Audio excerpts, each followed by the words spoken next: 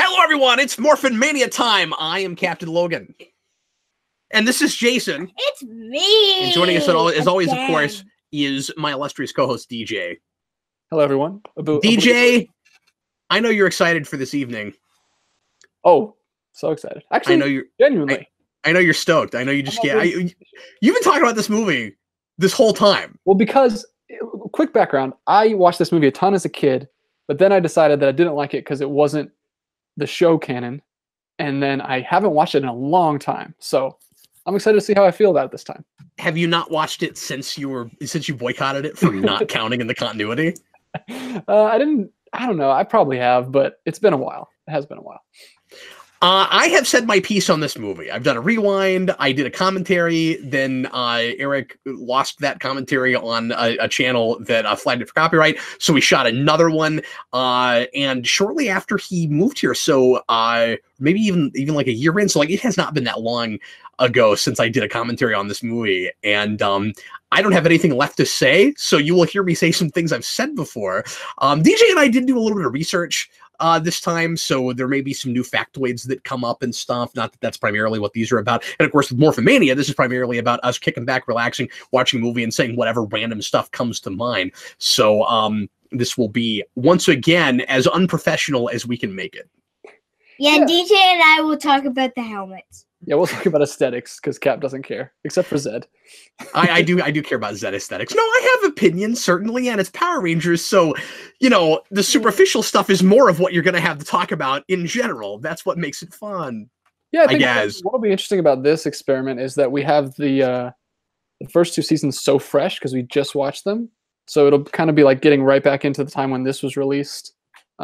Comparing it to the show and stuff like that. And it will also be interesting watching this. That's a good point you're making after seeing all of season 2, because this was made before or just as season 2 was coming out. Like they started making it in between 1 and 2. Yeah, I was right about that Australia thing. They did film like I think they said the last 6 episodes they had to film at the same time as they were filming the movie because when they had any downtime at all, they went and shot the TV show. That's crazy. And I'm pretty sure I'm right about this. And we talked about this a little bit when we reviewed those episodes, when we talked about those episodes, when we sat around casually and watched them together. I don't think the Rangers the human actors appear as often in those episodes. Like, I think they found ways to have, their interactions on screen to be as minimal as possible. Well, yeah, the wedding was definitely like a lot of Rangers in that mansion. So yeah, it was just in outfits, and then there's a lot more villain footage than normal in that too. That explains why they came up with an excuse. And it's funny because like they treated that like a big event, but their actors weren't in a lot of it. Yeah. So it's like well we'll bring back a bunch of monster costumes and make like a huge event out of this to save time and money. That's almost ingenious in its way, really. Yes, Anime 2019, Jayson does have Pokemon headphones on. I'm sorry, what? I'm just saying almost ingenious could be one of the taglines for Power Rangers. Yes, absolutely. It's nice to see everybody in the comments. If you are watching live and you haven't done it yet, click on the link in the description for the Rabbit Room, and you can watch exactly what we're watching as we're watching it. I am going to broadcast the movie, so you're not going to have to pull out your DVD or anything and watch along with us, unless, of course, you're watching after the fact, in which case, of course, you will need to do that. And you'll just want to sync it up and press play whenever I say now, get it to timestamp 0. If you happen to watch this on Stars on Hulu, if you are one of the 15 people in the world that pays for that, make sure to get it past the Stars logo and right at the Fox logo. That's where I'm going to start playing, because the majority of people that will sync with us, their DVDs will start in that place. So get it past everything, including anything that might be at the beginning before you. So it might not be timestamp 0. In my case, it's timestamp 13. So 13 seconds. Is everybody ready to begin? We're just going to jump right into it. Put yourselves back, if you will, in the wonderful, glorious year of 1995, and imagine that it is the summer of that year, and Batman Forever is coming out. Casper the Friendly Ghost is coming out. Grim Death Griffin says, Captain Logan, where's my autograph book? Where's my autograph book? Where's my I want to autograph? cosplay Where's as my Ivan Ooze. I think that would be autograph? just the best. Oh, yeah. It would be hard to do it right. It would be hours of makeup. Yeah, and as we learned reading the book, not to give too much stuff away. By the way, the book we're talking about, we did our research today. This is our textbook that we're working from. This is Power Rangers: The Ultimate Visual History, and we read what amounts to about how long like a junior high textbook chapter would be on the subject. I would say. Yeah, it was pretty long. Luckily, there's lots of pictures. Well, it is the visual history after all. But something we learned is that the actor who played Ivan Ooze came up with the brilliant idea of putting refreshing a page. Yeah, he was like, if Ivan Ooze was like, if we refresh the browser, maybe we can watch the Rabbit Room. We can see the movie I made. No, he had the brilliant idea of coloring his tongue so that he wouldn't have a human tongue inside of this alien body, and every time they would shoot a scene, he would get this food coloring in his mouth and then spit it out and then do the scene, and because it would disappear real fast. So I don't know how you'd get past that if you tried to cosplay it. Yeah, you'd have to hold it in your mouth before every picture, and then you just walk around with like a bucket. You just spit stuff out. You're just like, "Where's my autograph book?" Oh, wait a minute. Except reverse that. You do that first. Where's my? Anyway, there's a question about me. I did get Jayson a Power Rangers coloring book. Should I go get it? No, we need to get into this now. Yeah. Here we go. Everybody remember the drill? Let's get started. Here we go. Everybody please press play right now. Yes. For real. Take two. Well, so far so good. I got a week trial subscription to Stars just so I could broadcast this, and then we almost had to put in the disc.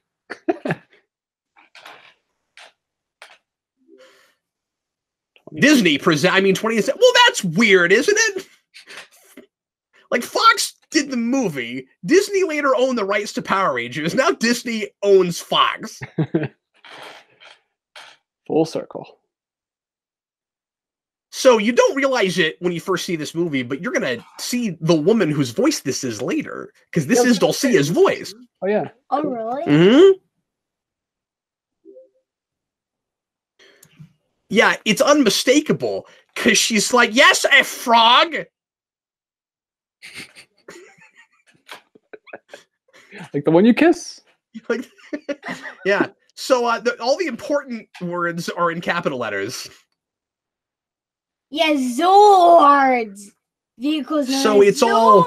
Originally, there were 6. There's we've really simplified that. We're not going to talk about how there were 6, and then Rita got the coin. There were 5, but then I don't know if any of that happened anyway because this is out of continuity. It's out, but it's so like I don't know. It's so weird. The continuity of this movie is so weird because they keep so much of it that they don't need to. That's kind of like pigeonholing themselves.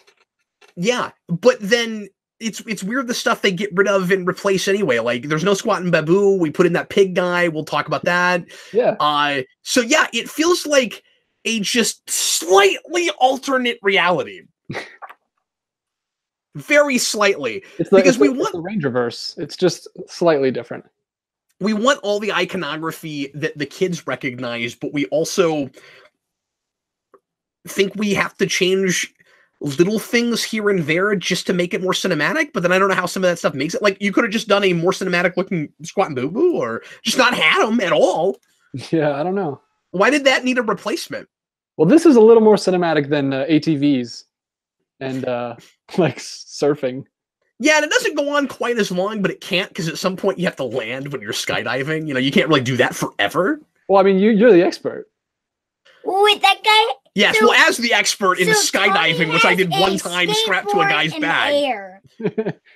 And immediately, yeah, that's the thing a lot of people like to do when they are skydiving and know what they're doing. I'm sorry, what, DJ? Immediately, they make sure you know this is the cool one. He has the snowboard. Exactly. You have to like This is foreshadowing for the fact that he's the only one that will matter. Yeah.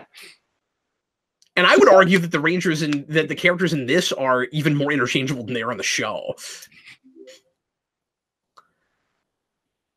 Which is really annoying. Like, just let the characters be, and then let the kids pick which one they like. Like, we don't tell you which turtle is the one you should like. You just I like Donatello, and everyone likes a different turtle. Like, yeah, but the difference is none of them were introduced later, except the Ninja Turtles too, because Venus. The thing is all the right, and then she's the only one that matters in that show. That's true. And it's just about. Well, it's a very Saban thing to do. So regardless of the fact that and of course I don't want to hold this to like regular story and movie standards, because even though it looks like a big budget real movie, it's still Power Rangers. Even though we're not really telling any kind of story with this opening or anything, it was very memorable in the theater. I think it's just because it feels so much bigger than that show was. We couldn't have had a big skydiving opening sequence. And also, this is going to sound dumb, it was the heat of summer when this came out, and this feels like a summer movie. Yeah. I mean, yeah, this is a cool way to open the movie. I mean, I feel like no other sport has more appropriate clothing for Power Rangers than skydiving. They look like Power Rangers outfits. There's my favorite. But if I was standing in that crowd, I might be like, wait a minute. Yeah, wait, they're coming in sequence with the same colors.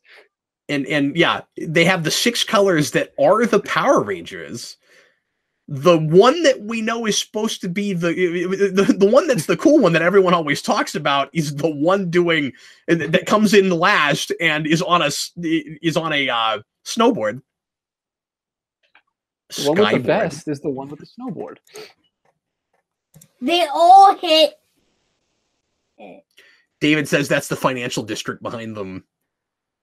Power Rangers, this movie is a lot like the Nolan Batman movies in that it's suddenly a real city that you can recognize, but you're just supposed to think that it's still the same city, and it's Angel Grove.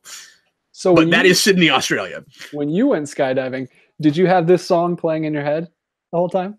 I did. I actually did. I did think about that, but not the whole time, because as I've mentioned before, it was really exciting and exhilarating, and then I got out of the plane and it was really super windy and I could hardly breathe, and then it was just abject terror until the chute was pulled, and yeah, I guess my default resting face is not abject terror, because when you look at that video, you can't tell that I'm freaking out. I am freaking out.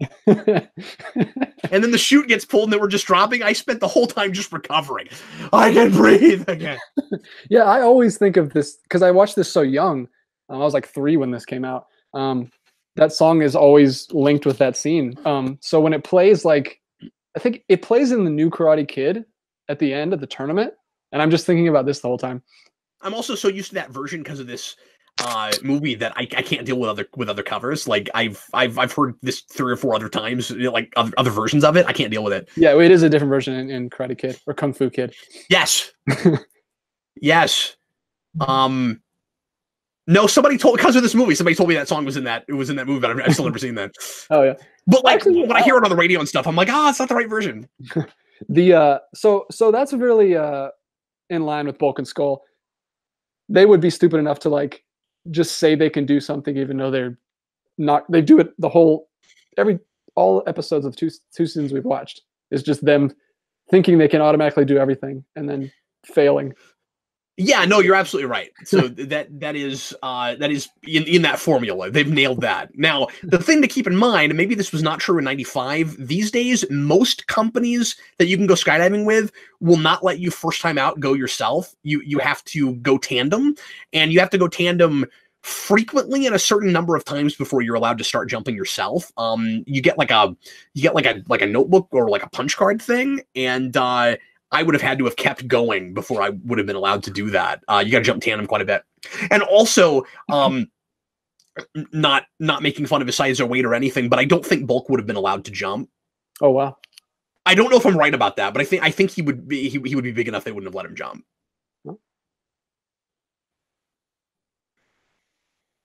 I've never done it. I've only done indoor skydiving, which is pretty fun. Yeah, I just can't get excited about that because it's not skydiving in any shape or form. It's really hard though. Like, is it? Like you cannot. Like first time out, I could not stay up on the fan. Like you just fall if you don't know perfectly. I don't know how they get away with calling it indoor skydiving. It looks more like pretending like you're weightless or something. Yeah. So this is very like how Bulk and like. Sure. I like how Bulk and Skull just happened to land where this is going on.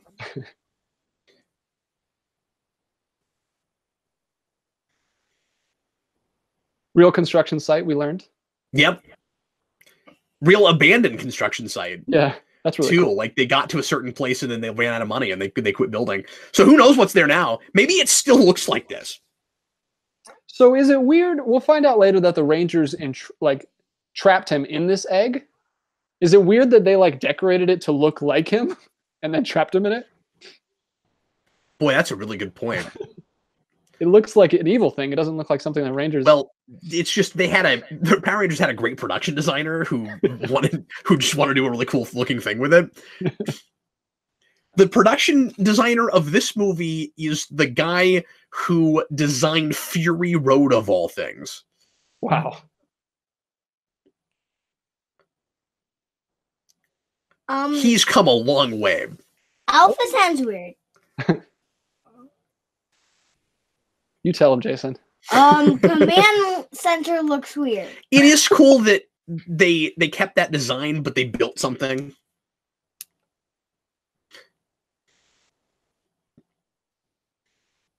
So what do you think? No, I'm okay with Alpha's design in this. He's taller. He's a lot taller. Oh, you're right. He is a lot taller. He's as tall as the female Power Rangers. He's like Kimberly could be in the suit. Yeah. Rangers! Do his arms stretch? So annoying. Is that how he trained them? Playing against him in the game is so annoying.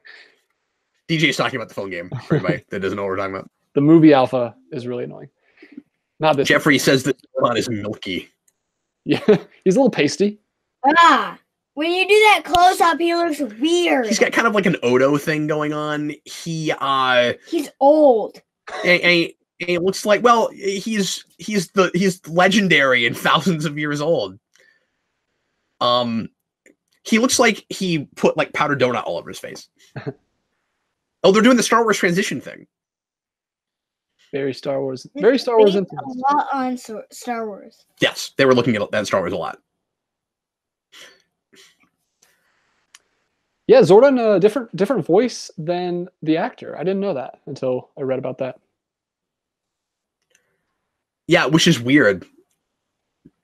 When I talked to David Fielding, he said he wanted to do this, but I think part of the deal was like he couldn't get there or something.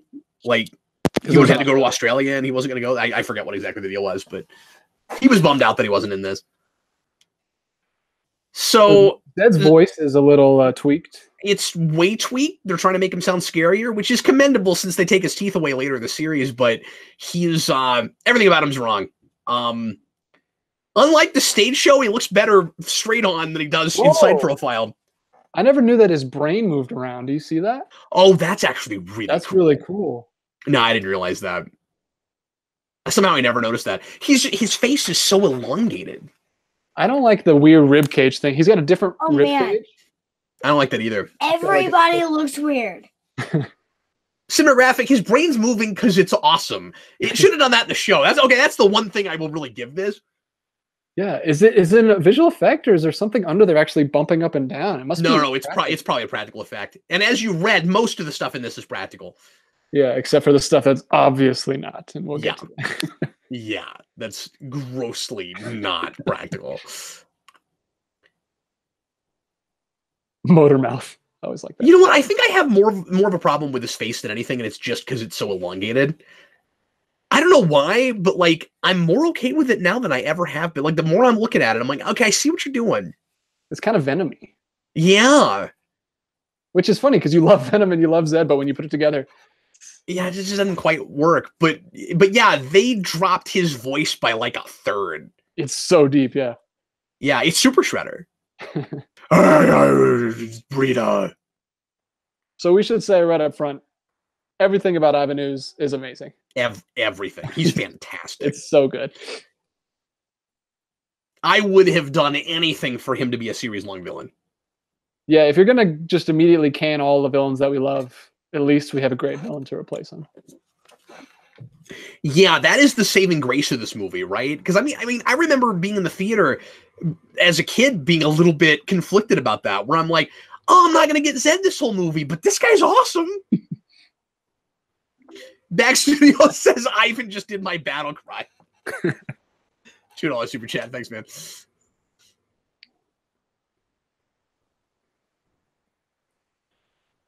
Okay, but does he need extra motivation?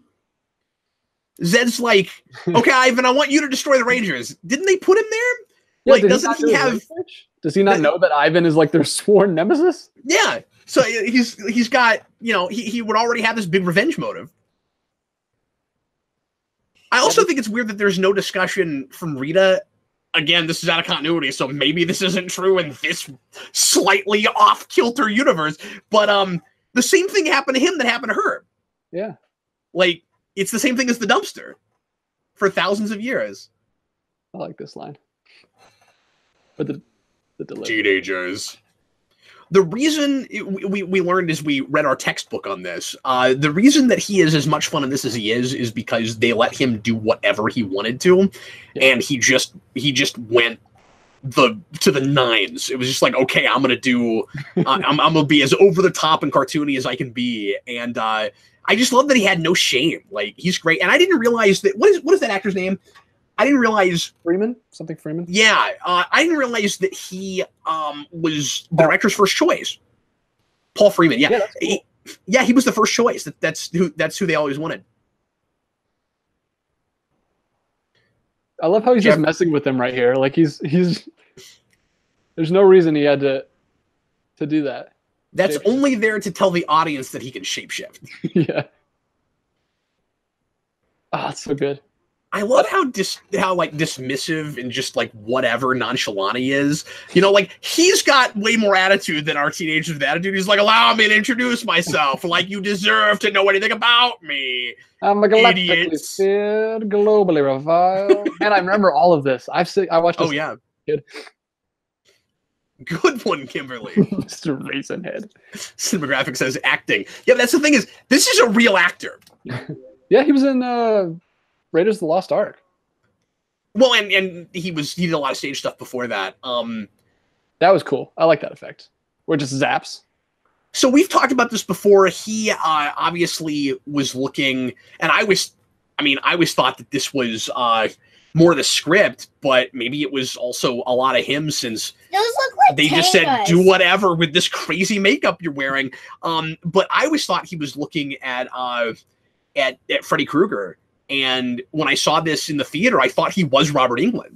Okay, it's a mix of... And especially with this, like, this could have been Robert Englund. So those things are a mix of putties and the zombies from Thriller. Yeah, these are oozlets, as we mentioned earlier, which is a terrible name, but they're pretty cool. They have, like, dreadlocks. Never before or since, DJ, have I wanted more for the protagonist of a movie to leave or die so I could spend the entire time with the villain. Exactly. Because he is just more. There are two things, and then you can't escalate a fight, Jason. Again, part of the Robert Englund thing is Welcome to My Nightmare is in the script, but he knew what to do with that. Like, I don't know if that was directed. But yeah, there are two things this movie really has going for it. One of them is production value, and the other one is everything about Ivan Ooze. Yeah. So as a kid, this was always my favorite scene of the whole movie, because obviously I was interested in the martial arts, and this is the most we get, like, action-wise, for my taste anyway.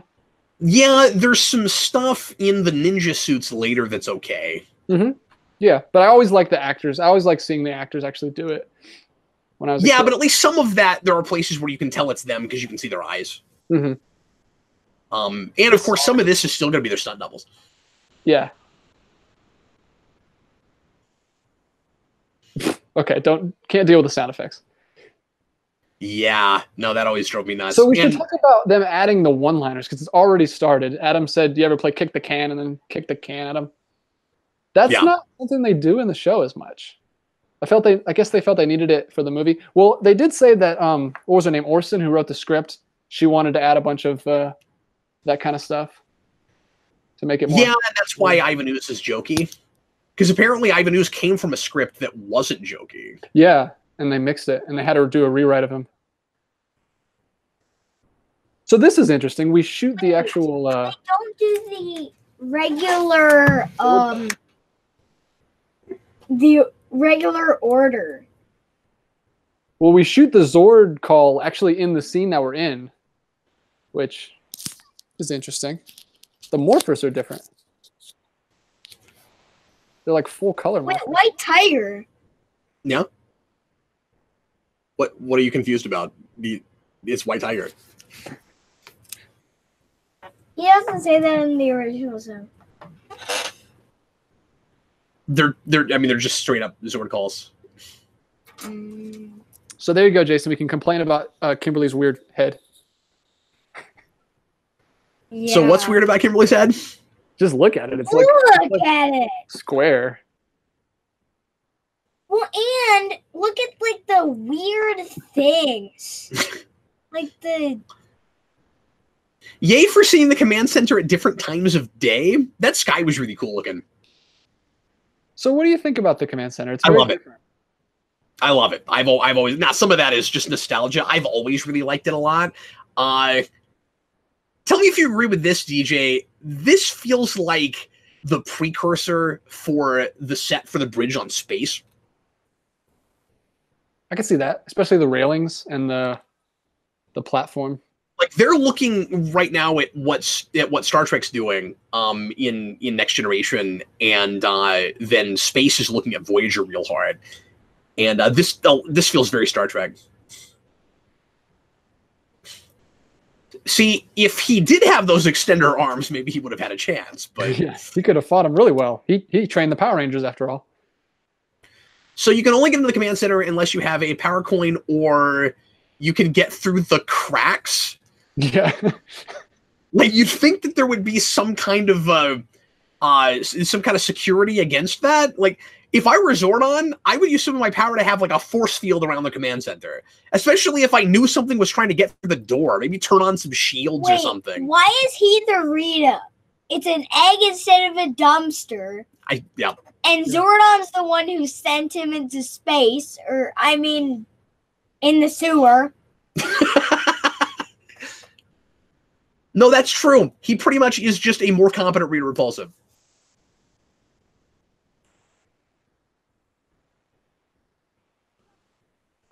The Black Plague.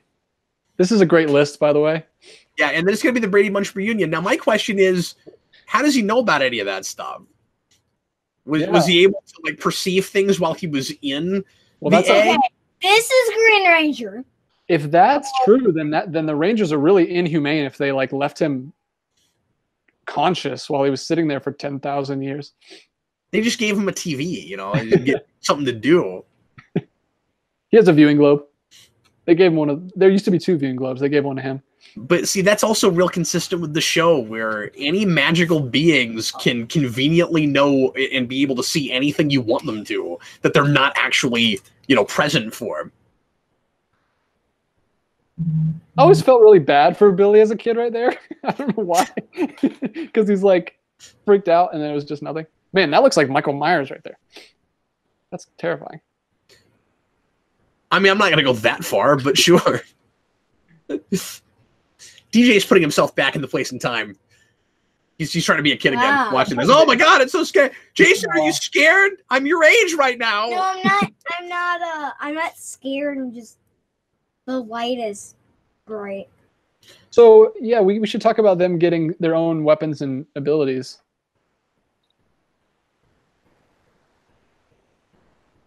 Go ahead, DJ. I mean, hers is kind of dumb. It's just like a flashlight. Yeah, it gets like this cool visor thing that actually does something. Yeah, but it's kind of weird that they wouldn't all have that. Like, what's stopping you, Zordon, from making everybody RoboCop? Like, wait a minute. I guess you could say that about any weapons, but like a thing, if it's built into the helmet, why not just give them all of that? That strikes me as like blasters. That would be like if you only gave one person They all have flashlight, or does only no, just the only one that has flashlight. Okay, that's dumb. Because she has those eyes on her head. I don't know. And then Kimberly's like stinger thing is also kind of dumb. It's just sort of a taser on a line. It's like a whip, yeah. And then Billy has the dumbest, which is just like a weird grappling hook thing. Everybody's coming up with different things to compare RoboCop Rocky to. I said RoboCop, but the cinematographic said Cyclops. David Crabtree says Knight Rider. So, I think this was Adam. Adam was like, "Talk to me, Rocco." Yeah. Why did he turn into that guy from Rocky? Is he Paulie now? Yeah. So everybody enjoy this scene with the Rangers wearing costumes because it'll be a while before we get back to this. I remember in the theater it being kind of a big deal that this was at night because you didn't see a lot of that. That one's kind of gross. That was kind of cool. Yeah, the one where it's like splat and there's just like chunks hanging on the wall. It was a pool. They talked about that a little in the book about how he didn't want to be too violent. Whoa. That was a cool. I don't even know how they did that. Could you imagine if they took out the mask pieces? And they almost did that. We read about that. Yeah, that was the plan. They wanted to show more expressions in their face. And then in the 2017 movie, they went off and did it. And I think for the same kind of logic, where it's like, well, people aren't going to accept protagonists in full face masks and not being able to see their faces. It's not about star power because none of those kids were really famous. And they're not. I mean, amusingly, some of these kids actually are more famous at this time than those kids were because that show was so big, right? What that? Yeah, yeah, it doesn't work good. Yeah, it doesn't work. But anyway, Dragon Stinger or something Stinger. But I think it's weird, and I also think that's part of the logic of just having most of the 2017 movie be about their figuring out how to morph in the first place. Where it just like, got in the camera. We don't know how to do a movie where our characters are wearing full face masks the whole time. I think that's weird in a post Spider-Man world. Also, come up with excuses to take his mask off all the time. It's very weird because they went Iron Man with the suits. You can just show their face in the HUD like we always show Iron Man. That's a great point. I don't know what you can show them. Yeah, why do you have to take the part of the mask off? They don't even take it all down. It's just like that. That was the gross face mask part. This always bothered me where she just like floats. Whenever the wires are really obvious, that tell it's on wires. Yeah. Where's this crouching tiger? Well, that time it's a stinger thing, but I also think it's weird when you're getting hit by these goo guys like in the chest, but you're obviously wearing plastic, but you're pretending like it hurts, like if I just punched you. You know what I mean? Yeah, these suits. So I thought these suits were absolutely awesome when I was a kid. Me too. That was weird. But I saw one suit that was used in at Disney, at Hollywood Studios, and it looks terrible. And now I can't unsee it. It looks terrible in person. And that's fair. It doesn't kill it for the movie for me, at least when it's in the right kind of light. Like I think at night these look great. Yeah, it has to be at night because it's just like plastic. It's kind of like what we do with superheroes all the time, where you have to add a bunch of weird pieces like on their. Give it a lot of texture, give it a bunch of pointless lines, little holes in random places. Yeah, the shoulder pads and it's weird.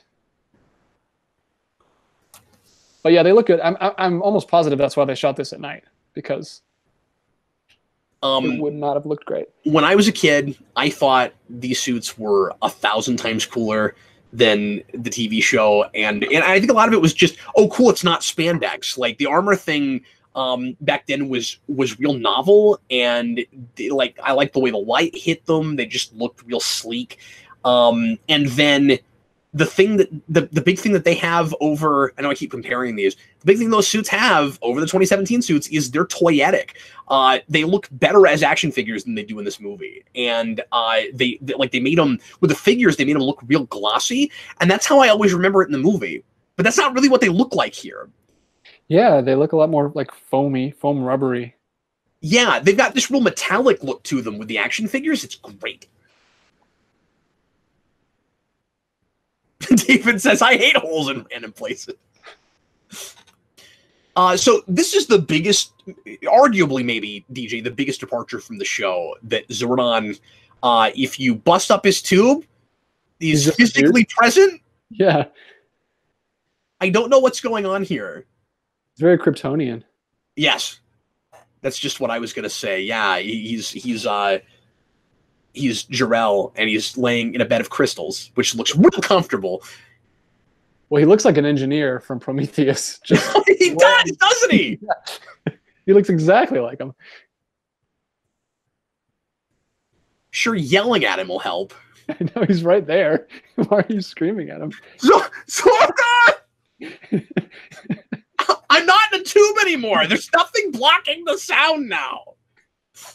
So the question is, does this actually go against the idea that Zordon was in another dimension? Because I guess you could make the argument, like, somehow that maybe like he's tethered, and so if you bust up the command center, he like materializes here as opposed to wherever he was. That's the best I can come up with. Yeah, I'm pretty sure you thought more about it in that last couple minutes than they did. DJ's like, I don't even want to. I don't think they Aisha gave it much thought. Wait, he's taller than Aisha? Yeah, he's taller than Aisha. Yeah, he's little, tall, and lanky. He's taller than Kimberly. Whoa, that close-up was bad. Wait, so he's got like burnt black stuff on his. I was going to say, no, I think they're panels that came off. You can see the circuitry. Well, I mean, like in the center, there's like that burnt black. Oh, I didn't see that, but I'm pretty sure those things on the sides of his head were covered up earlier. So, but we didn't really see Ivanus go after him. But somehow he got real beat up and hurt. So since it's Morphin Mania, we should talk about the new teleportation effects. Yes, that's important. We have to do that. They look fine. Rita and Zed had a weird one. Or you know. That's what I'm not the person that's made that joke, but I love what the palace looks like. Yeah, it's awesome. Like, I can't believe they built this set though. For like, oh, I love it. So look at it. It looks amazing. Oh, look, the door opens as a Z, and there's so much stuff going on behind it. Oh, I wish they could have kept using this. It's gorgeous. That would be an awesome ride. It's sad that, it's sad that we're not using the Zed music here, because I just really want to see this with darn, darn, darn. That was so similar to X-Men. They're going to rip that off in 5 years. Where Toad shoots that nasty stuff at Jean. And see, this is the way the dry ice wanted to be used in the Dark Dimension. It looks great here. He's great.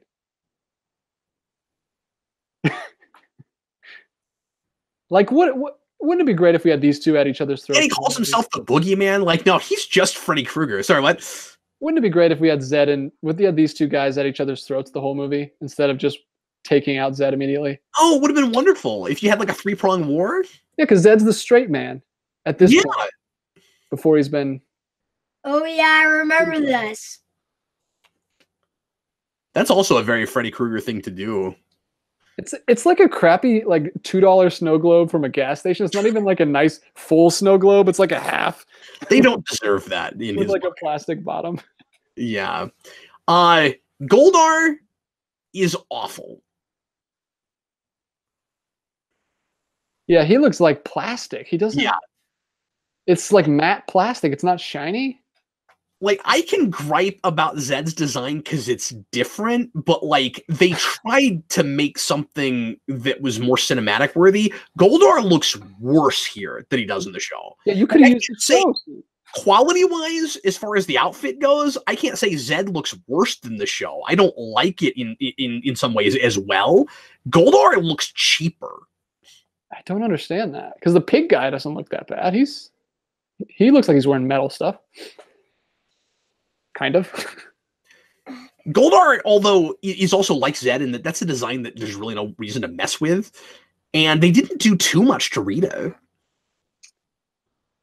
It's a little different, but they didn't go crazy. At least she's not wearing the purple outfit from the stage show. The thing is, we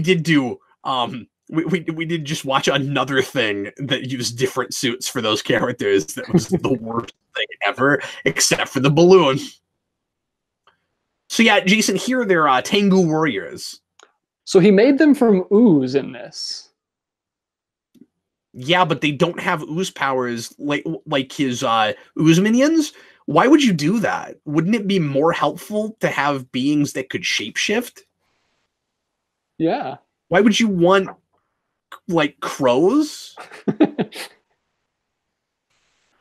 And I always wondered how much of some of the stuff in this movie is just we're setting up what we want to do for the third season. And then it's not even going to be canonical with this movie, so we're going to have to redo this story longer in the show. But like, did they do the Tenga thing just because that's what they were going to do for third season? I don't understand that. Yeah, I don't know. I mean, they hadn't even. I don't know because this was written so early. It's hard to tell. But we know they were pulling from that Sentai, so they were thinking that far ahead, where they were like, well, we're going to do that Megazord and the ninja thing and those powers because. But I think the Tengus are all that's us. Yeah, I don't know why they did that. So I don't know. That's the big thing I don't get. But I'm just saying they had to have had some idea of things they were going to do for season 3. So as a kid, this is immediately cool. Like we're on another planet, different species of like some kind of warrior dude. Actually dead. Someone actually is like, this is a big deal for Power Rangers.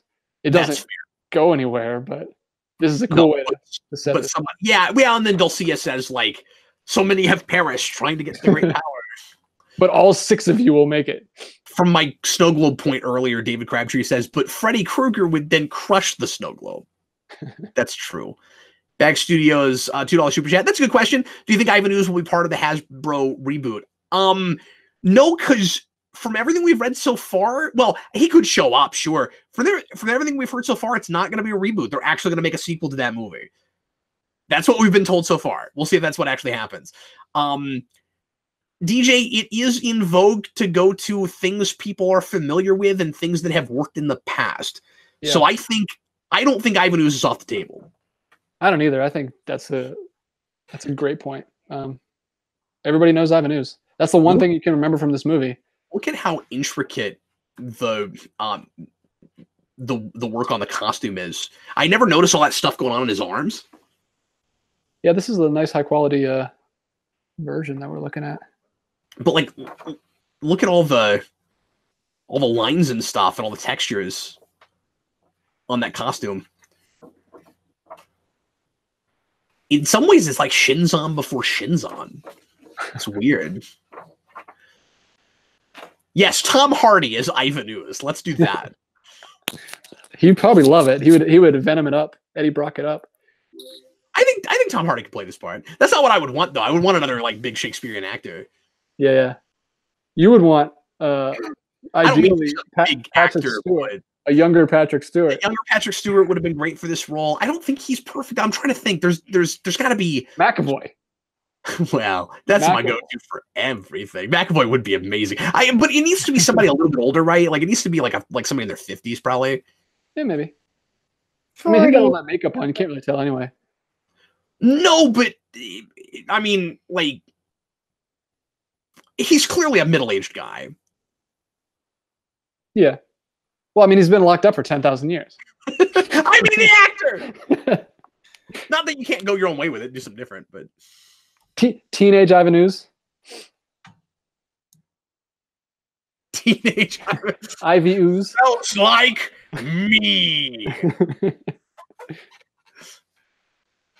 Wow, we have to have Kimberly scream, even though she's one of the That's a great point. I'm a Power Ranger, but I'm also a girl. Conflict. Well, she doesn't have powers right now, DJ.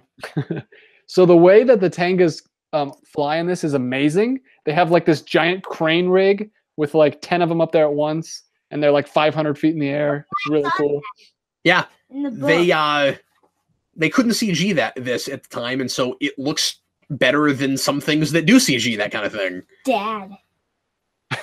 Yeah, I see that. Jason is showing me a picture of that rig, which I'm not going to put on camera right now because it's small enough to be hard to look at. But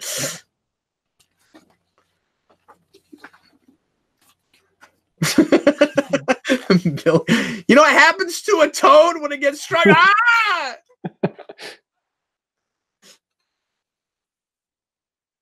There are some kind of sloppy cuts in the edit here. I wonder if it's because they have to cut around stunt doubles and stuff. I think that's exactly what's going on. Yeah. Adam, we need our powers. Hey, thanks, Adam. We get it, dude. This is really hard to do without the vague abilities we have when we're wearing costumes. Was that always weird to you? Did she make that weird bird sound? Yes. Because she came right when she came up, she was like, "Arr!" And then the bird dropped her. I could never tell if it was supposed to be the Tengu or her. So that's fair. The world will never know. Like the Zeo Gold Ranger. Yes, like she's just like that. The first appearance. There's actually three personalities of Dulcia. Right now, they're all in the same body, but no, I'm kidding. So I always, when I was a kid, I thought Dulcia was awesome. She's got this presence that you didn't get from a lot of characters in Power Rangers. She actually whacks Tommy, which just makes her seem like really badass. Yeah, I always preferred Ninjor as a kid. Maybe I was a weird kid, but I was disappointed when I was a kid that we got to Ninjor and it wasn't Dulcia. I'm like, oh, we got to deal with this guy who talks like Marvin Martian. Yeah. This, she hits rock. Really cool, tall. Yeah, but she's gonna take Tommy down and get the stick on his chest. You remember that? Yeah, I remember that. So, as we were reading, we found out this is more complicated than I thought. I thought it was the actress couldn't do it, so they got her, but she was the one that couldn't do it. They replaced her, shot a bunch of scenes. Didn't like what she was doing. Didn't like her. She wasn't fitting, so they had to reshoot the rest of it with the original actress, which was her. She was able to come back. They moved the schedule around. The book says that the actress they tried to replace her with, and I've never heard of that happening in a movie, by the way. Yeah, that's crazy. It's nuts. Imagine if the whole Catwoman thing had switched again, and it went from Michelle Pfeiffer back to the original girl in Batman Returns. Well, actually, the whole deal was Vicky Vale. Vicky Vale, yeah, sorry. You're conflating that because the actress that was almost Vicky Vale tried to be Catwoman and they didn't cast her. Okay, yeah. That was the story with that. But anyway, yeah, I was thinking that too, of course. But yeah, what's weird is they said that she was that the actress they tried to replace her with was like too stolid and stoic, which I don't understand at all because that's exactly what this one is. I know. Maybe she just didn't have any sense of compassion when they get to the scene where she gives them their powers. I don't know. Maybe so. But I've seen like the photos, the set photos, and she's got this giant grin on her face. So I don't understand. Weird. Well, he looks even more older now. Well, that's because he's deteriorating. Yeah. That's a nice touch, though, that they've made him more shrivelly since the last time we've seen him. He looks like Raisin Head. Kimberly? No, there's real production value in this movie. But yeah, of course, because Dulcia is an alien, my favorite part. And she's like a mentor type character. She's got to have an English accent. We've got a lot of, we keep calling back to Star Trek. There's a lot of Superman in this too, not just with the crystals and with Zordon, but also with her. That's real, like oh, it's alien, so it's got to be British. Well, yeah. Everyone on other planets speaks in a British accent, and everyone in the past. And what's funny is they're shooting in Australia. They could have gone with an Australian accent. Maybe I'm wrong, and that is an Australian accent, but it sounds British to me. I don't know. Yeah, I didn't really hear. But yeah, I like her a lot. She and Ivan Ooze are the two like real actors in this movie. Yeah, they really. Zordon's fine. Don't get me wrong, but no, they really elevate it to a level that's a little higher than. I mean, they don't save it or anything. You're better than her. One of the things I complained about back in the day with the rewind is we have to constantly keep the film running until all 6 characters have walked off frame. Yeah, we see a lot of walking. It's like Lord of the Rings. Or Lord of the Rings is like this. So in the original script, it said that they were originally going to planet hop. Which would have been really cool. It would have been. But this was already kind of a big deal because, yeah, we went to other planets of the show, but only for like 5 minutes. And yeah, we went to that one that just like exploded constantly with Serpentera. Yeah. And then a couple episodes later, we did the same thing, but it was parts of Earth, apparently. Yeah, and it was the same footage. But yeah, planet hopping would have been really cool. But this is still a cool planet. Phaedos. I like Phaedos. It's funny because it's boring, how long we go without the Rangers being in costume or doing anything. And it's, I got to stop for a second. So this is that They Might Be Giant song? Yeah, this is Sits Around? That's crazy. He's just playing on his radio. He's listening to college radio. There's no other explanation. But maybe he has the CD. He's a big fan. But I'm pretty sure that wasn't available anywhere until this movie, so he has the soundtrack for this movie. That'll happen later, too. I think, don't we play, during the credits? No, we play what? So I never noticed this until someone pointed out in a video that I watched. Yeah? This plan makes no sense. How is he counting on all of the parents touching their kid's toy at the same time and coming to him? Yeah, it doesn't make any sense. Why are they all at the same time? They all said, "Oh, what's this?" and all touched their went into their children's stuff and just pulled it out and all over their hands. Yeah, and how could he be sure that many of the kids would take it? Yeah, I mean, I guess ultimately they do, but it's just so weird that even if he could get it into their hands, he can't guarantee that their parents are going to touch it. Also, what's the point of the wizard disguise? Why not just wear what you're wearing? Like, he changes his makeup slightly where, now he's got a beard and stuff. Why does he do that? Because he could just appear as, he could just say, I'm a wizard guy, I'm wearing a costume, and no one would be freaked out by his face. Just because he has a monster face? Oh, I guess I would argue the wizard face is scarier. Sorry, what? I mean, he's supposed to be a lot scarier than he actually is, I assume. But Adam is hilarious in this way more scary. Yeah, everybody likes this scene because Adam has the only bit of personality that anyone on the Ranger team has this whole movie, which is in right in stride with the show. That's exactly right. Yep. And this is his first thing. He had just started, and he's already getting stuff. That's a good point. Yeah.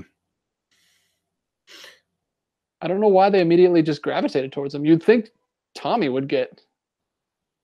He steals everything else. So this is an interesting score. Not very Power Rangers-y. No, it's because we're making a fantasy epic. No, this sounds like I know I reference this a lot. This sounds like Neverending Story. I can see that. So this came out of nowhere. When you're seeing the movie for the first time, and they never mentioned anything about ninjas, and all of a sudden she says, "Here's the great power," and they just turn into ninjas. That's not true. There's mention of the ninjetti and all of that. You already, if you're paying attention, you already have a sense that there's a ninja motif that's gonna happen. But you're right, it is weird that they've got a mid-morph. That baffled me in the theater. I was like, why are they wearing these? And especially at this point where Power Rangers weren't known for changing all the time. It was that's the suit of the Power Rangers. No, and it probably, I mean, certainly, especially for anybody that has never seen this movie, going back to it, but knows anything about Power Rangers, would probably think oh, okay, we got to waste an entire movie getting new powers. But this was novel at the time. Yeah. Because we had never done that before. Like the one you kiss. We missed the line. No, I said it while he was saying it. I missed his sad line though. I also like I'm a fraud. I also like the idea. I have this a little bit like Batman in 60s Batman and Chief O'Hara. I think Dulcia secretly hates Tommy for some reason. Which makes me like her a lot. Me too. Because like every time she walks over to him, she's got this like scowl on his face, like you think you're the big, or on her face, you think you're the big man on campus. She just knocks him down. But she likes Adam because he's the one that we all love. I think Adam should really be leading this team. He's got heart and like more than one dimension, maybe. So we should mention this he didn't make it into the movie, but she has a blue elephant sidekick named Snoggle. Which what? You know how glad I am that's not here? Yeah, there's a sketch of him here, and you can look up I missed that. You can look up the screenshots, the set photos of him, and it's clear why they didn't put him in, because he does not look good. And it would take away all of the like mystique about her. Yeah, it's like her pet / it says right here, Dulcia's pet and helper, Snoggle. Oh, that would have been awful. And like, what would she need a pet for? I don't know what he would have done. Yeah, because like she just stands around and occasionally deals with people trying to get the great power. I honestly don't totally know what the point of her is until someone is actually worthy. Like, why doesn't she just hang out in the background and just appear when someone is actually worthy? Well, I mean, they didn't have to do anything to be worthy to get to her. Like, the only thing they had to fight was the Tengus, and those weren't even supposed to be there. Okay, but then does she give everyone the ninja suits and then send them off? And then why did that guy die there? There was no threats on that. Yeah, that's what I'm saying. It seems like the only reason she gives them the ninja suits. He's so bad at ballet. Jayson's a dancer. There's the shot with the giant crane. That's so cool. They actually have a crane above that. It looks great because it's really there. And man, you'd never shoot it like that now. And a tribute to the Flying Monkeys in Wizard of Oz, the director says.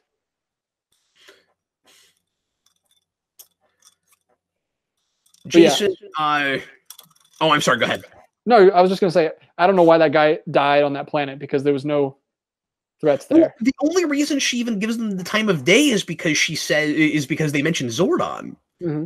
So, like, does she usually kill people before they get? Is that what's going on? Well, I think he's like whacking them with sticks and stuff. I think what happened is that like Minotaur guy, he was just on that planet looking for the power the whole time until he died of starvation because he couldn't find it because Dulcia didn't help him. But then why didn't she walk up to him and be like, "What are you doing here?" Because that's what she does with the Power Rangers, and she's flying around as like a bird all the time. It's not like she would have missed him. And she saved them before she knew they were with Zordon. I don't understand. Yeah, that's true. She's like, there's these stupid birds on my planet that aren't supposed to be here. Man, I didn't realize he killed them all right there. I forgot about that. They're not in the movie anymore. So why? Nope, that's it. So why is there a ticking time bomb on Ivan Ooze's side? He's like, my ectomorphicon robots must be on Earth by sundown. What? Why? Is it Halley's Comet or something? Oh, that's right. There was something with like, okay. I don't know what that does. I don't know if that gives him extra power or something. But yeah, there's always something with stars aligning or once every 15 years or whatever. Cosmic event. How does it has a lot of presence. I wish we did more with her. Tommy just says it's time. Like, okay, what are we waiting for? Like, there's something vaguely cultish about all of this. Yeah, were they supposed to be meditating or something? Because they weren't. Yeah. Looking off into the big Ant-Man thing. It's like a lot of things with the Power Rangers. We're supposed to be filling in all the stuff that the movie's not giving us. It looks beautiful. Like, they obviously shot this in a real jungle. Yeah. Well, they had a lot to work with. They were in Australia. So, I know that this game that I'm going to talk about was released 20 years later, but that planet looked like the Ruin Kingdom from Super Mario Odyssey. Sure. All comes back to this movie. It was really influential, this movie. This kid's not bad. No, he's fine. As far as child actors go. Power Rangers takes the unnecessary risk a lot of having child actors, having children have to carry an episode. At least it's his actual voice coming out of his face. That's a really good point. Uncharacteristic for Power Rangers.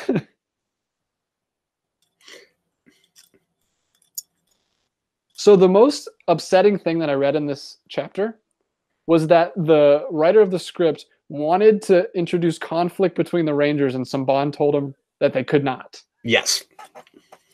Saban said that the Rangers are best known for their friendship. Yep. So that means you can't have conflict? Yeah. I'm friends with a lot of people. You have conflict still. It's not yeah. No, it's exactly the same thing as that we have with Gene Roddenberry and Star Trek: The Next Generation. In the future, everybody gets along, and if you're a Power Ranger, the reason you're able to get the powers is because you get along, and you never argue with anybody. You don't have any problems.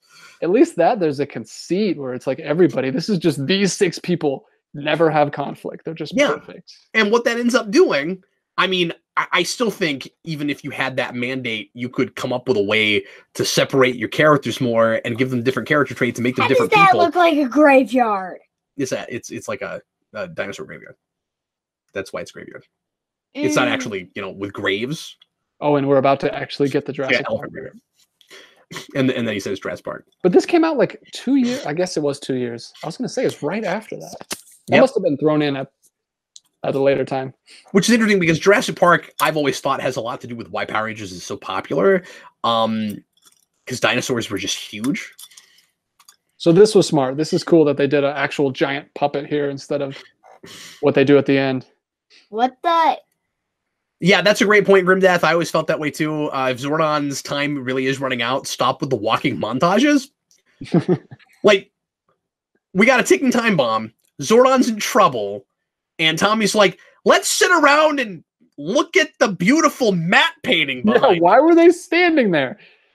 I don't know. And why are they not moving with haste? They're just they had to psych themselves out. Yeah, there's no sense of urgency. And that's a problem with a thing like this. But what I was going to say earlier is, even if, and like, that is tying your hands behind your back because stories are about conflict, obviously. And it's, the way Saban put it is a really dumb cop-out where it's like, so all the conflict has to be with the villain. Like, you can have, ideological problems with the villain, you can fight the villain, but you can't fight yourself. Well, yes, of course, it's the bad guy. Like, that's not inherently interesting. Characters shouldn't only be defined by flaws and angry arguments they have with their friends. You don't want you don't want to just force a lot of bad drama or whatever. But at the same time, I still think you could have made them more interesting. Yeah, I don't. That is. At the same time, this is very. It's kind of a journey plot. So I don't know where you would fit it in at this point. They're just literally going from place to place like a video game, doing challenges. Unless you have one of the Rangers trying to lead or something. Yeah, I'm not sure what the argument would have been exactly, but that's also probably part of why this is the story they went with, right? Like when it was more of a planet hopping thing where it's like we've got to go on a journey, like a series of missions. Yeah, when you're stuck with them, the same 6 people for a long time, of course there's going to be conflict. Yeah, because all you have here are just a few token fights with creatures. Mm-hmm. The way you would have had some kind of conflict would be you get into some different ethical conundrums because of different scenarios you get into. Yeah. I mean, when they save Snoggle, so you can save Zordon or you can save Snoggle. It's a sadistic choice. Snoggle. Thank God that's not there. There's a lot of dumb names in here that don't actually get mentioned. Like I said, the Oozlets. I'm glad they don't mention that. Later on, we'll find out that one of his monsters is named the Horn. What was it? I wrote it down. I'm gonna find it. You took notes? It's called the Hornitor. Oh yeah. The one that he combines with is called the Hornitor. Was never in the movie. Thank goodness. So as I've talked about a million times, I don't actually know what Ivanus is trying to accomplish. Yeah. At some points, it sounds like he wants to blow up the world. At other points, it sounds like he wants to run it. He says it's difficult to find somebody to run the world for you, but that's not what he wants to do because he wants to destroy it. So what is the big moment? He gets to turn a thing. Yeah, what is the story with this pig guy? Let's try to figure him out. He's got a monocle, which makes him look classy, but he's got like a long ponytail, which makes him look kind of like a hippie. I don't know. I don't know what he is. You have given more thought to this pig than I have, because I was just dismissed it. Where I'm like, that doesn't belong. Why does he have a monocle? What is this bug guy? Yeah, I really think that we're just in like one step over in the multiverse to another dimension where he is both Squat and Babu. Ah, that's weird and creepy. Yep. This is trying to get us all ready for the really bad CG we're gonna have to deal with in the big fight at the end. It looks better before they start doing a lot of moving. Yeah, they don't look terrible there. I mean, for the time, because they're just standing there. It's gonna be bad, you guys. Were those dinosaurs really bad CG? No, the dinosaurs were made. No, sorry, you mentioned the dinosaur. Yeah, that was and those were life size. They're not models. Yeah, that was a giant puppet that had like 6 people working it, and they just took like 2 days to shoot the whole scene. That was, and it's cool. Yeah, it's a short little like mini boss before they get to the. That's the thing. It feels very video game. Oh, look, and then they all pose for a picture. They're all looking in different horizon lines. Yes, exactly. Literally all just looking around. That's trailer fodder. Yeah, and there's no real character arc here. They win because they're the heroes. Their hearts are in the right place because they're the heroes.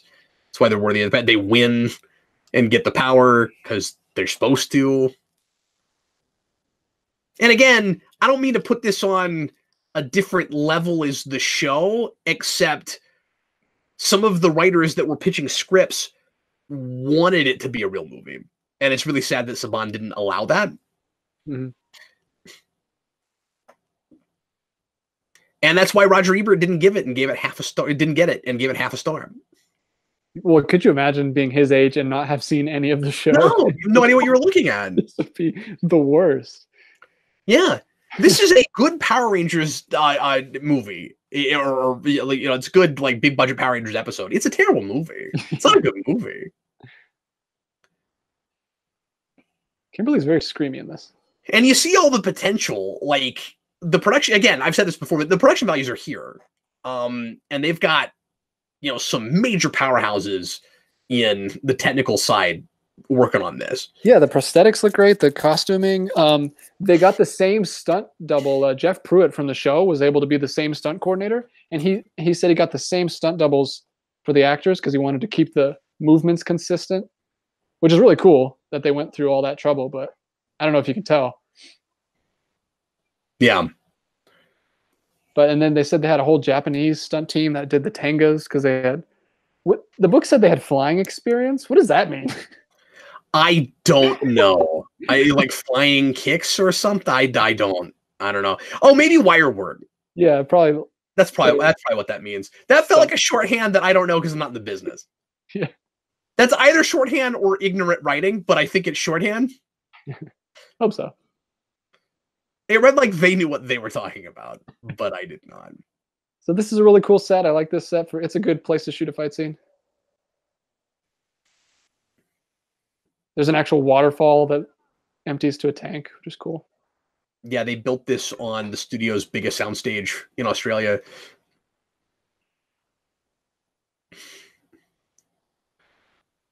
There's Aisha's trademark jaw. Has that ever happened to you before? Sorry, what? Has that ever happened to you before? You're climbing and you grab a vine and it breaks and you fall? That has absolutely happened to me before. Not even kidding. I mean, that's probably happened to me. I don't know. It's actually on YouTube. It's a fail video that I did. Oh, really? Yeah. That's fun. Hang on, Rocco. Yeah, they forgot his nickname for him. Man, Adam is with the quips. It's like a Joss Whedon Adam. That's really funny. Now, when you said earlier that the Rangers don't do as much one-liners as they do in that, I don't know if I agree with that. Like in the show, they don't do it as often as this. It's like everything they say. Well, that's because they don't have scenes where they talk to each other in this. That's true. When they're fighting, they do a lot. They don't do it as often in like putty fights, but they do a lot in costume. And so I guess the only difference is that you were seeing them do it at the beginning in a glorified putty fight. That's true. Maybe I'm not right about that, but it seems crazy. It seems like it's escalated in this. I also had these action figures with the midmorph. So Tommy watched Snow White. He's about to do the Snow White move. Thomas says I'm right that the flying thing means wireward. Yeah.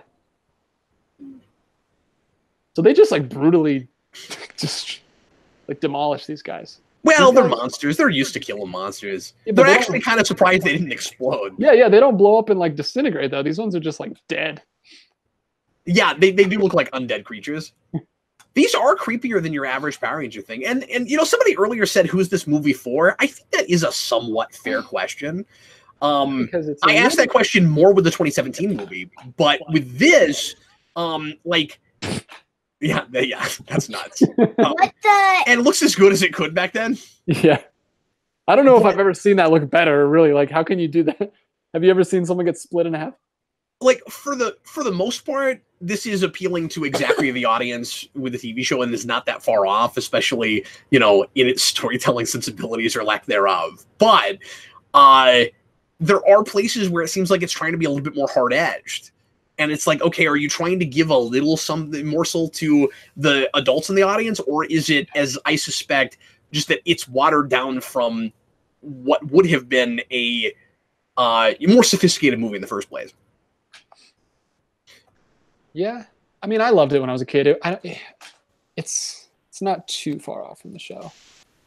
But you're right. It is a little, there's some scenes that are, like I said, that one scene where the ooze guy like splatted against the wall. And then you have a dead guy on the planet, and then those things look scary, and Dulcia's actually hitting our characters with sticks. Yeah, where our characters aren't even allowed to hit anyone except for Mark. It's like a weird Illuminati pyramid thing coming out.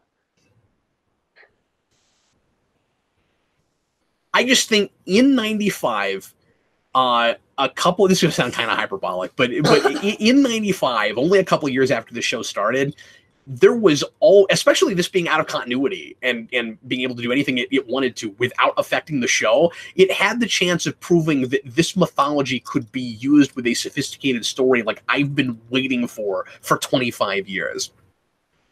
Could have been done all the way back then.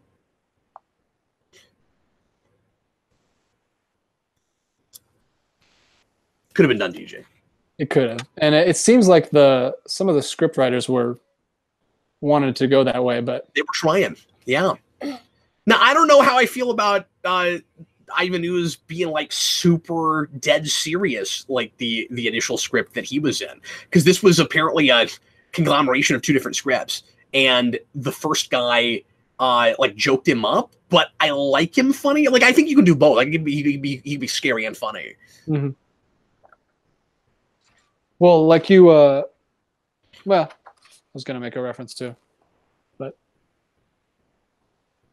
so this is where we start the weird thing in season 3, where we have the ninja suits, but then we have also these suits still. Right. I don't know why they felt the need to do that, especially since all the ninja stuff is our stuff.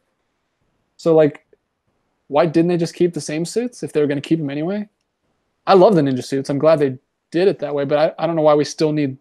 Well, I feel like this movie was popular enough that they wanted to keep using stuff from it. So they do the mid-morph suits because they were in this. But by the way, I like the TV show suits way better than the ones in this. The ones that cover the whole face. Yeah, me too. Just the mouth mask and the headband, which looks weird.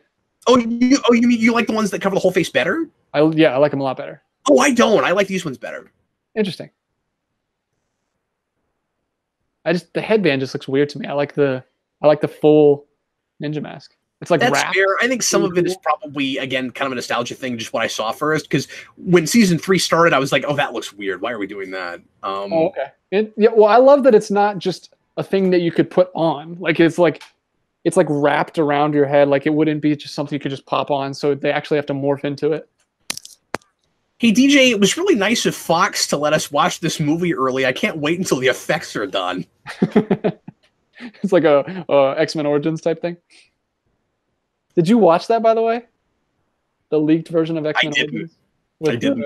No effects? But I've seen the real movie, and it's still not done.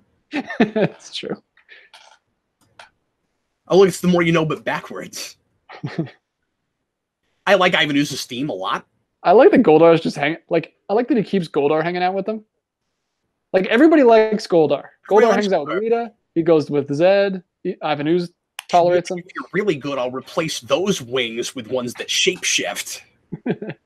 I'll give you an actual good-looking costume. Okay, I'm going to say it. The end of the 2005 Fantastic Four movie looks like this. Shot right there in that square. They shot the same way. Like, Dr. Doom's about to pop out and start fighting the Power Rangers. But this fight is like twice as long as that fight. Yes. That fight is probably better. Yeah, they do one token. The crappy CG. Each one does one token thing with their power in that movie, and then it's just frozen. So this is a mix of CG and model work, because they didn't have the ability to CG all of this, and they didn't have the ability to CG what they CG'd either. So even though none of the CG stuff looks like it's really there, it's better than if they had attempted all of it, because you basically just be watching a cartoon, except for when we cut to the Rangers. Yeah, well, pretty much like what the later seasons do with the Megazord fights. Yes, exactly. So this is kind of cool. First time we get gelatinous Zords. New Zords. They look like they're made of Jell-O, with like energy flowing through them. Now I had this Megazord. It was really cool. From the movie specifically, or I think it was from the show. TV one. I think it was the show version. Yeah. Did the movie make a full Megazord? I can't even remember. It may have made. I don't know. I had the ones from McDonald's. Those were cool. Do you still have those? A couple somewhere, maybe. The those Zords were fun because they had little Power Ranger figures that fit in like a cockpit. It was like on top of them. And then McDonald's also had little plastic morphers that were almost the right size. Yeah, I remember those. And they had power coins. They were great. So what is the point of him having a Falcon Zord to fly if they can all just fly around? Well, because, DJ, the thing that the other Zords won't do is take the wings and move them in front when they want to shoot missiles. Oh, yeah, that's right. That's why you got to have that. So this is very reminiscent of the Teenage Mutant Ninja Turtles movie, where they're all in the, like, all the foot kids. That's a great point. Except they were actually, like, smoking cigars. Oh, play, have fun. You think this over there and that down there is family? Yeah, he is kind of the Casey Jones of this movie. He's the Casey Jones and the kid from Ninja Turtles combined. That's quite a mental picture. Yeah. Danny. Of course. How could I forget Danny? Yeah, with the Sid Vicious shirt. I love that movie. So do I. Do you? It's great. Have you done a commentary or something on it? I don't know. Oh, yeah. I've done quite a bit on that, but I'm not too long from now. I'm going to do a revisited review on that on Superior Rewind. Sweet. Yeah, it's not a great review. I got to go back to it. You did Secret of the Ooze with Dan, right? I think so. Yeah, and I made him watch 3. Oh yeah, because Torture Time. Good old time. Good day. Yeah, we've never finished that series. Hey, that was not as bad as Alpha's Magical Christmas. Nothing you did on there was as bad as Alpha's Magical Christmas. I would say a couple episodes of the Turtle Show Saban made get close, but that was a really rough. So these have cool cockpits. Yeah. I'm wondering if they just had one and they shot all the Rangers scenes in the same one. David says the CG effects were pretty consistent with a lot of these kinds of movies at the time, like Spawn, Mortal Kombat, and Mortal Kombat Annihilation. It's worse here because it comes out of nowhere. I think. I think the issue with this movie is we don't see this all the way through. Yeah, because the rest looks so good, it really stands out. It really stands out. Yeah, and also I think we'd already come a long way in just a couple of years between this and Spawn. I think a lot of the effects in Spawn do look better than this. Shoddy compared to now, but I also think they had more like A-list designers working on that movie. Well, these might not look like they're there, but I'll take these Zord designs over the new movie.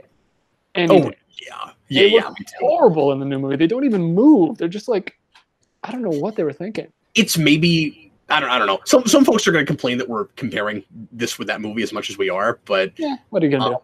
I haven't seen this since that movie, and it's difficult not to think about it. Wait, Bulk and Skull are in that train. I think the reason it's yes, because something important is going to happen with that, and so they must be there, so they can pretend like they saved the day. That didn't look so great. Just so you guys know, I loved the new movie up until that last sword fight, but Cap has been talking to me about it, and I'm pretty sure he's going to ruin it for me. I'm going to ruin it for you, yeah. And I like a lot of things about that movie, especially conceptually, and performances. And we'll get to it. I'm excited to get to it. We're going to do that after season 3, guys. Is that the plan? Yeah, that's going to be the last Mighty Morphin thing we do. We had talked back and forth about doing it last or doing it in Mighty Morphin era. Is that what we landed on? Yeah, we landed on the last thing before Zeo. Well, we could still. I mean, we got time. Whatever you want to do. Yeah, I think the reason it's difficult not to compare them is because anything I find in this movie that I think is kind of better than that movie is weird in my brain. I have a hard time dealing with it. Yeah. I love that. Yeah. Zordon is such he's the skull to Ivan Ooze's Bulk right now. Yeah, he's such a yes man. That's why everybody likes him. That's great. Yes man.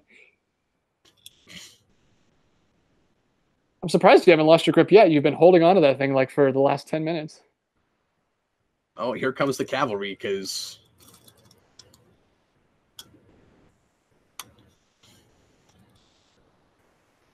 some people really don't like the Ninja Megazord in general. It was one of my favorites growing up. I love the Ninja Megazord. I love how sleek and thin it is.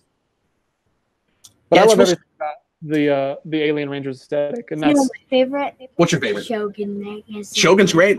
Yeah, and both of those are from the same Sentai as the Alien Rangers, so I just love that whole aesthetic. I didn't know that. Interesting. Well, the Alien Rangers are Ninja Rangers, right? Jeffrey says, "Hi, I'm Captain Logan, and this is Captain Logan Ruins Everything." Do you know what he's talking about? Yeah, I'm going to ruin that movie for you. But there's an actual show called Some Guy Ruins Everything. Oh, really? Okay. Yeah. I don't know his name. I do not know what he's talking about, apparently. Oh, that's... Oh. What? Are you reacting because it's weird or because it looks bad? Because it's weird. It's weird. I don't mind that effect. It's kind of fun. It goes right into his back. And this sound he's making is so... That's the one-liner I can deal with, that I can sympathize with. I'm going to be sick. Yeah, that's gross. That's like the same... Whoa. What? It's every line they have. It's everything. Yeah, that's all they do. They're making a riffing commentary track for their own movie. That's like, all they're doing. We should have wrote lines for this. Cinegraphic says this is almost as disturbing as RoboCop 2014. I'm assuming you're referring to the to seeing his heart and his brain. Okay. That's jarring because we haven't done anything like that this whole movie, where you've got like the characters in panels. Uh-oh. Yeah, that was interesting. Megazord. I'm gonna go fix every problem, and I'll be right back. So they match this. The only thing that is from the Sentai is this Zord design. which it means they were looking seasons ahead. I guess Sentai was a few ahead of us at the time. Because how did they know this Zord? It must have been because they. This is the Zord from season 3. Well, yeah, I mean, we would be farther ahead because they kept making Sentais after us, and.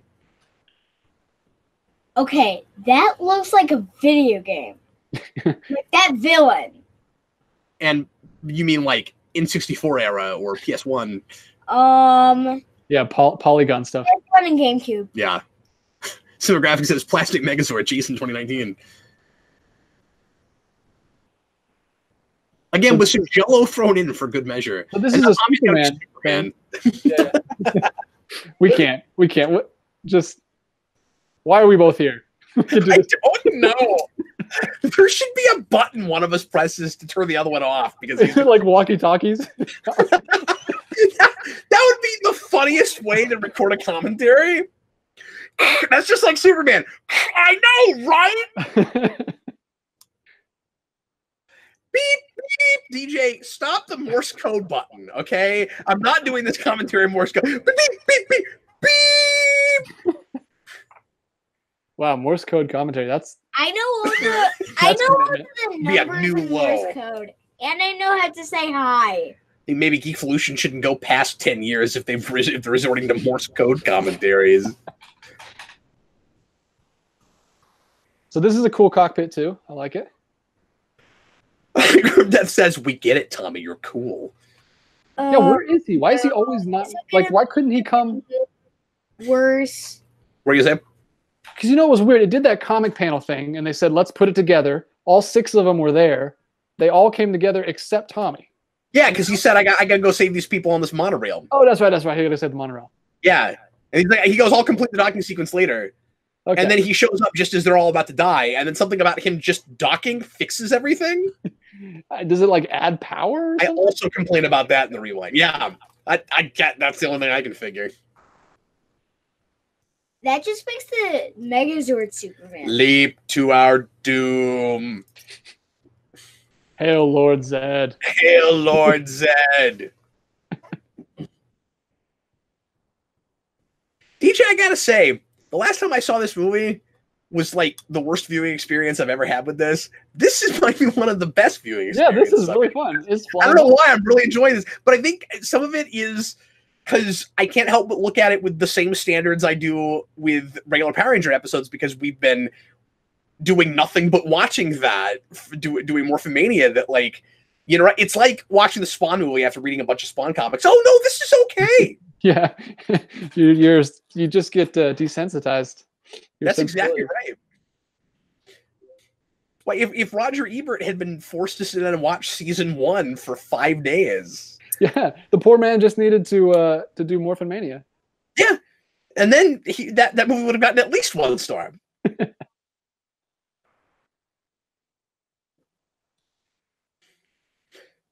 More exaggerated body movements. That might be the most convenient thing ever in a movie. Like there's this comet coming. You're counting on a comet. Like the most. It takes like 50 years, but it's the exact time. Well, yeah, but are you right that the comet was also had something to do with why he had to excavate the ectomorphicons? I don't know because he's not doing anything with the comet. I guess he just wanted to. I don't know. Yeah, I'm pretty sure there was no reason for that taking time bomb.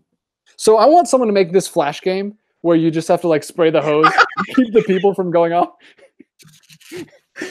Somebody should make it a retroactive level in Mario Sunshine.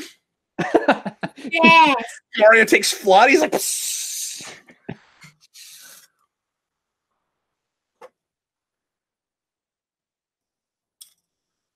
So this is weird. Go Rangers! Yeah, go Rangers! Go! You know what's funny about that? Their voices are higher pitched because they're small, but we never do that in actual Power Rangers. When characters get tiny, they don't have different voices. I think Rita, when she was small, had a squeaky voice. If I'm remembering right. Did she? Because they didn't do it with when they made Billy and whoever else small. Oh no.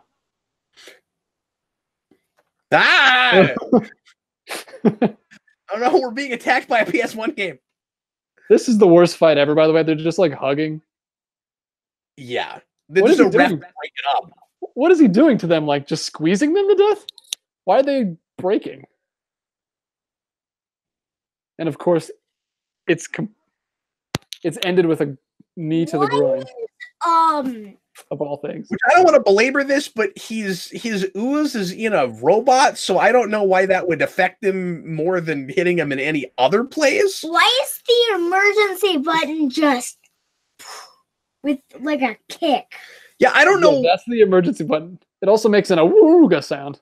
Yeah, it's real cartoony, and even for Power Rangers, it's too stupid that you'd have a button that you had to break like you were going to use a fire extinguisher in order to make a knee kick happen. Like, the only time you'd use that would be to the... That's just the dumbest thing. And the most 90s thing in the movie. Grimdeath says, "This is a kid's film, Aisha. See what I'm saying? You'd never do that in Power Rangers." And of course, as soon as he blows up, the spell wears off. At least that's consistent. What did this father or son learn? I don't know. He wasn't a bad father in the beginning, was he? No. No, I guess he's learned to control what his son buys. I shouldn't go through your stuff, buddy. I'm sorry. And the son is learned to be responsible and not play with things that creepy wizards give him. But he didn't. Jayson David. Okay. Wow, that's some acting there, Jayson David Frank. Oh, the poor guy. Well, it didn't hurt him at all. He has a amazing career still. Okay, so this is weird. He's got other skills to fall back on, is the thing. So when you have ninja powers, you can do anything. Yeah, he just said that's what we learned. Yeah, that's the big thing they learned is, well, they have more powers, so... No, you can do anything. Exactly. Yep. See my rewind for a silly corporate analysis of this. I won't belabor that again here. I've talked about that a lot.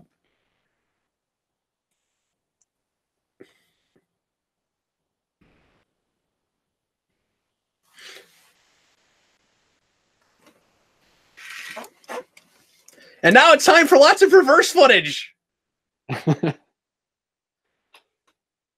Is that how they put it back together in the show too? When Green Ranger breaks it? No. I know he doesn't. I don't remember if they do reverse footage with that. Maybe. Well, at least it took this long. We lost the rabbit room again. Yeah. So we'll explain to DJ what's happening on screen. See if I can remember it. I'm trying to reload this now, but we've only got a few minutes left, so we'll write it out here while I'm watching the magic and the Disney sparkles. Their power just... Zordon is back, everyone. He's in his tube again. Maybe in another dimension. I don't know. Freaking out. So this is where Guardians of the Galaxy got it from. They just put their hands together. Yes. And fix everything.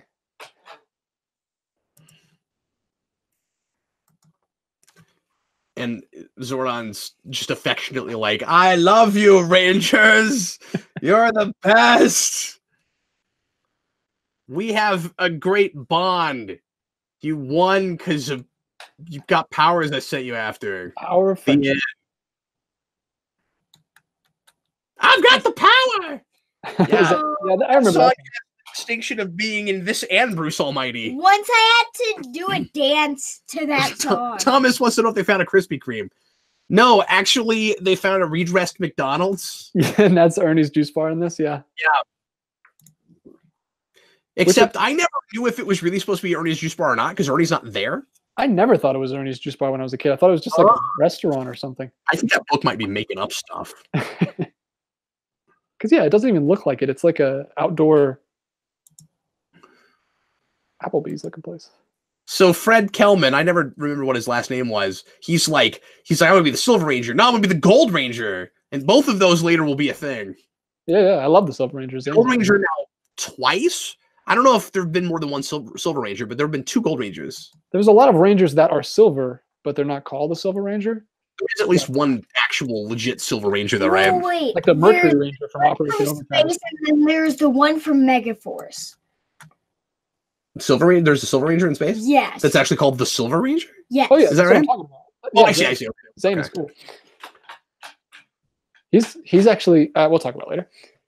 But so I don't know if the book was right about this, but it was interesting that this opened 4th at the box office. It's first weekend. I remembered it doing way better than that. This was in my circles as a kid, this felt like a phenomenon. Yeah. It also probably didn't cost a lot to make. DJ, we're at the credits now. Okay. So I'm missing the wonderful song. Yeah. That's what dreams made of. This whole credit sequence, doesn't it have like, we're in trouble next, and then it has like the kung fu fighting remix? And I can't remember. Does it do the I song, or is that just on the CD? It might. I don't know. I know Alpha says I at the end, I think. Oh yeah, I forgot about that. That's So it was after credits thing. But it lost to Apollo 13, Pocahontas, and Batman Forever. So what happened to Zed and Rita? Forgot Pocahontas. That's a good question. Oh yeah, I forgot there was a mid credits. Yeah, which is kind of cool. Yeah, Zed and Rita will show back up. And they're super angry.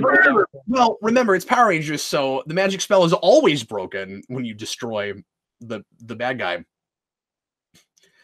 And that's not sequel bait so much as just resetting status quo in a universe that doesn't count. Yeah, that's the thing. It's so weird that they feel like they're tied to stuff, but then they don't care about other things. That one's it always read like people who just don't understand what continuity is. How that song opened? Uh-oh. Like when it began. When it began? When it began, like it was when Batman began. And the pudgy pig guy was like, and then we're in trouble. Oh yeah, DJ, we meant to talk about how that could have been Pudgy Pig. We were gonna do a whole thing about that. That would, if they could have somehow made that costume look better. That would have been amazing. And they just kept eating things. Mr. Roboto, $2 super chat. What do you do with all the inert ooze? What's it worth? Well, that's a good question. It's sort of like all of the leftover marshmallow with the Marshmallow Man, right? Yeah, what is the difference between green ooze and purple ooze, really? In Ghostbusters? I have no idea. No, I was talking about turtles. Oh! There's like pink ooze in Ghostbusters too, isn't there? All kinds of ooze in movies. Yeah. Something is done. Why can't I remember? Oh, you know what? That last Ninja Turtles movie did something with purple ooze. It does something different than green ooze. Oh, really? See, I didn't see that one. Oh yeah. Doesn't it like change back? Yeah, it reverts, or just makes you human or something. I can't remember. Interesting. It turns you back from. But yeah, there was a chance the turtles could use it to turn human, which they didn't do anything with story-wise, but could have been interesting. Because Donatello really wanted to be human, and they didn't do a subplot with it, like they should have. But they weren't humans, and it's a very specific trait of an ooze to turn you into something just specifically a human. It's weird. I'm with you. Yes, that's David. I forgot. Yeah, it's Mood Slime in Ghostbusters 2. Yeah, that was a lot. Yeah, well, it was really fun, DJ, watching 95% of the Power Rangers movie with you. Yeah, I mean, one thing about that last scene I thought was funny that we read about was he couldn't like pay people to fill it out, so he just put an ad in the newspaper apparently. Yeah, see Power Rangers and fireworks? That's what he said. And apparently like over 10,000 people showed up. Yeah. So they had this giant crowd that they didn't have to pay, but they were also probably all really disappointed because they didn't get to see Power Rangers in costume. Maybe they did something cool with it that we don't know about. Like maybe they had some people show up in the costumes or something. I don't know. Maybe, yeah, but it sounds like they just shot the actors there for like a couple minutes. DJ, folks are asking what we're doing on the next episode. This is the end of this week. We finish up season 2. We'll be starting season 3 next week. Yeah. So, but for those of you watching live, Friday. Yeah. Oh yes, this is the III song. Yeah, there it is. I thought it was in here. Yeah, and this will be stuck in your head for weeks on end, regardless of whether you like it or not. Yeah. The guys that wrote this song taking themselves way too seriously. Yeah, this is far from the Turtles rap. Just throwing that out there. I don't hate this song. I don't like this song, but I don't hate this song. So, Jeffrey says, "What happy Ides of March this will be." So, so Saba is not really. We can still send you that calendar. Not really a big thing in the Power Rangers universe. Yeah. I feel like we need to do more with him. Like, we don't do much with him. Yeah, he should be like the Jarvis inside the Zords. Oh, that'd be great. Yeah. Cinematographic says fist bumps, Cap, Jayson, and DJ. We did it. Yeah, these credits are like modern credits. Yeah, why is it so long? It's still going. I know you're not watching it. It's still going. We have we still have another minute before I can officially turn off the video. A lot of people. Yep. Well, and they also take their time at the beginning where they put up, this is going to sound really mean, but they put up the Power Ranger actors' names like 2 at a time, like they're actors.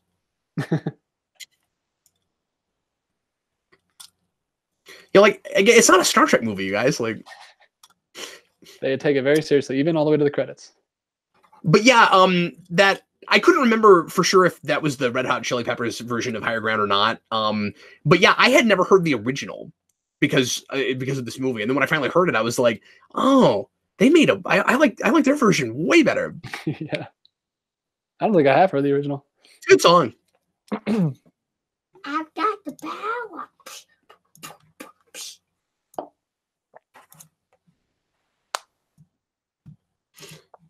But yeah, that flew by. That goes by quick. That's a really quick hour and a half.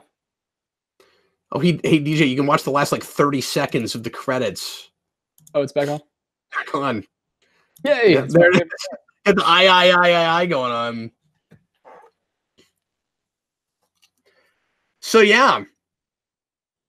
There we go. We did it. We got through it. This is the best viewing I've had of this in a really long time. Yeah. I enjoyed it. Like I said at the beginning, I had reservations. I enjoyed it. So yeah, we're gonna get back to regular episodes of Power Rangers next time. Yeah. We're gonna do the 3-part. That will break down weird, because that night we're gonna shoot a 3-parter and a 4-parter. Well, we're splitting the 4-parter into 2. Is that what we're doing? Okay, but I'm not looking at the camera right now. We'll be doing this guy. Yeah, Masked Rider. Masked Rider. DJ, make sure you start reading up to do your homework. That's an alpha. I know. You gotta look ahead here. Can't wait till we get to these guys. I'll have to read about season 3 before we start doing season 3. Get into Master Vile. I can do that.